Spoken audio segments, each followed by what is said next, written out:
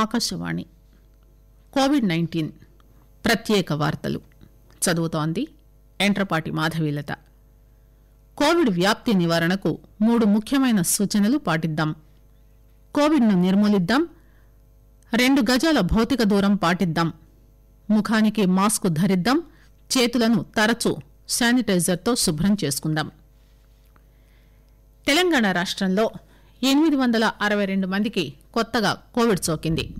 గడిచిన 24 గంటల్లో 41,000కు పైగా పరీక్షలు చేయగా 862 మందికి కరోనా వైరస్ పాజిటివ్ నిర్ధారణ కావడంతో రాష్ట్రంలో ఇంతవరకు కోవిడ్ సోకిన వారి సంఖ్య 2,66,904కు చేరింది. రాష్ట్ర వైద్య ఆరోగ్య శాఖ ఈ ఉదయం విడుదల చేసిన తాజా బులెటిన్ ప్రకారం కోవిడ్ నుంచి నిన్న మరో 961 మంది కోలుకున్నారు. దీంతో రాష్ట్రంలో కోవిడ్ రికవరీల రేటు 95.41% మెరుగుపడింది. ఇంతవరకు కోలుకున్న వారి సంఖ్య 2,54,676కు పెరిగింది. దీంతో ప్రస్తుతం రాష్ట్రంలో 10,000కు పైగా యాక్టివ్ కేసులున్నాయి. ఇందులో 8,000 మందికి పైగా హోం ఐసోలేషన్లో ఉన్నారు. కాగా నిన్న మరో 3 మరణించడంతో రాష్ట్రంలో కోవిడ్ సంబంధిత ఇతర సమస్యలతో మరణించిన వారి సంఖ్య 1,444గా నమోదైంది.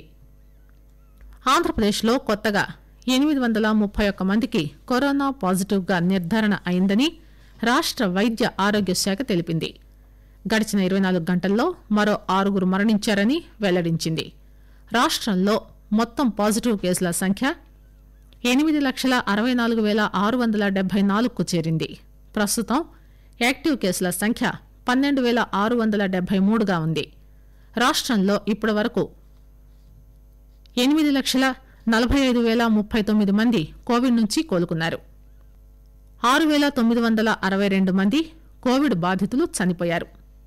గడిచిన 24 గంటల్లో దేశంలో కొత్తగా 44,489 పాజిటివ్ కేసులు నమోదైనట్టు కేంద్ర కుటుంబ ఆరోగ్య శాఖ తెలియజేసింది. తాజాగా నమోదైన కేసులతో 92,66,706కు పెరిగాయి. కొత్తగా మరో 524 మంది కోవిడ్ బాధితులు మరణించారు. దీంతో దేశంలో ఇంతవరకు నమోదైన కోవిడ్ మరణాల సంఖ్య 1,35,223కు చేరింది. ప్రస్తుతం దేశంలో 4,52,344 యాక్టివ్ కేసులున్నాయని కేంద్రం తెలిపింది.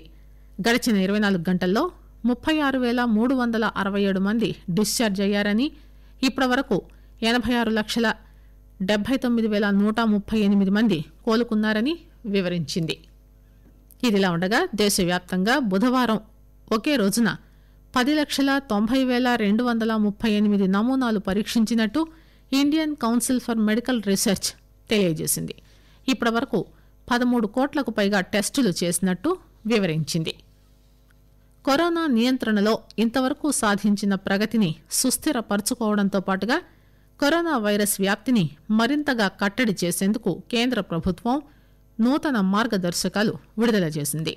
రాష్ట్రాలు, కేంద్రపాలిత ప్రాంతాలు డిసెంబర్ 1వ తేదీ నుంచి ఈ మార్గదర్శకాలను అమలు చేయాలని హోం మంత్రిత్వ శాఖ తెలిపింది.